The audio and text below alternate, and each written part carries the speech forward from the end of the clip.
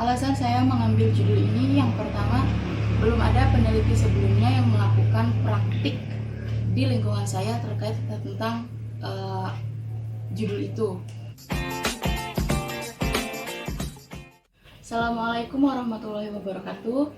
Perkenalkan, nama saya Lilik Latifah. Saya mahasiswi semester 6 jurusan Bimbingan Konseling Islam di IAIN Syekh Nurjati Cirebon.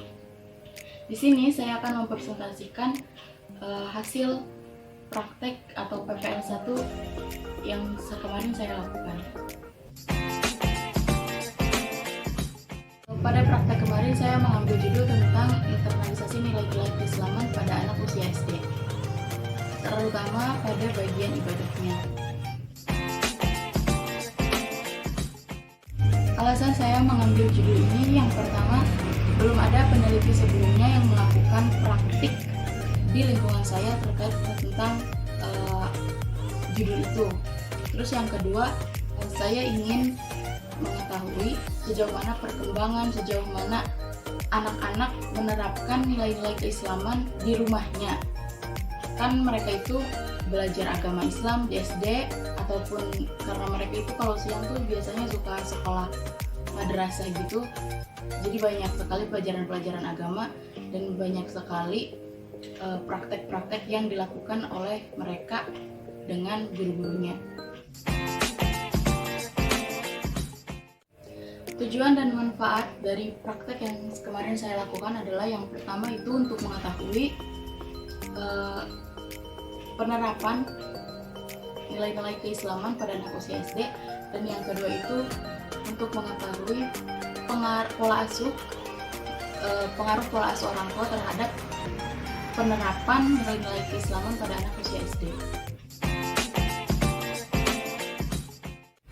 Jadi saya kan melakukan praktik atau PPL 1 ini di rumah, di lingkungan saya sendiri.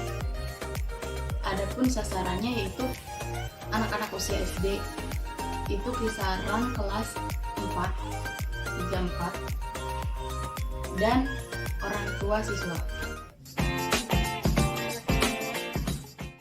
Waktu praktik atau waktu PPL 1-nya itu saya melakukannya selama 1 bulan, yaitu di tanggal 4, tanggal 11, sama tanggal 18 dan tanggal 25.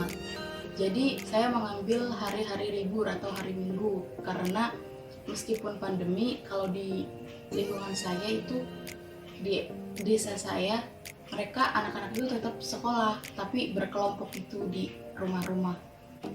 Dan untuk waktu pelaksanaannya dimulai dari jam 4 sore sampai jam 5. Lalu kegiatan apa saja sih yang dilakukan di praktik kemarin yang saya lakukan? Yang pertama, karena waktunya hanya 1 jam, sebenarnya saya sengaja kenapa waktunya cuma 1 jam, karena anak-anak takutnya udah capek, terus capek di sekolahan, capek yang lain-lain, jadi makanya saya cuma memberikan waktunya 1 jam. Dan kegiatannya itu biasanya kalau mereka datang langsung suruh membaca Al-Quran dulu satu-satu, saya membimbingnya. Jadi saya melakukan praktek itu di musola, bukan di rumah saya ataupun di rumah siswa. Saya melakukannya di musola. Jadi mereka mengaji Al-Quran dulu bagi yang sudah mengaji Al-Quran, dan mereka yang masih mengaji di Iqra, saya membimbingnya mengaji Iqra. Terus kemudian setelah mengaji Al-Quran, saya memberikan sedikit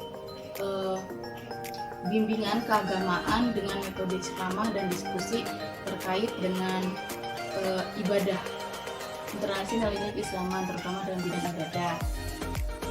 Terus setelah itu untuk di minggu 1 dan minggu kedua saya memberikan bimbingan keagamaan. Terus dari minggu kedua saya memberikan mereka itu semacam kayak mereka suruh menuliskan form kejujuran gitu. Jadi di situ tuh isinya ada sholat 5 waktu, terus ada harinya.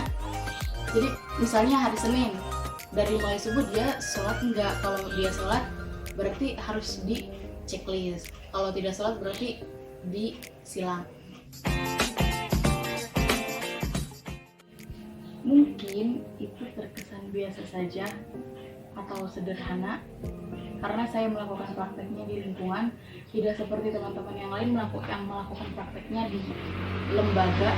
Walaupun itu terkesan biasa saja, tapi saya senang karena nggak tahu kenapa feel-nya lebih dapat ketika saya benar-benar bisa memberikan sedikit ilmu saya, memberikan bimbingan kepada anak-anak, kepada orang tuanya.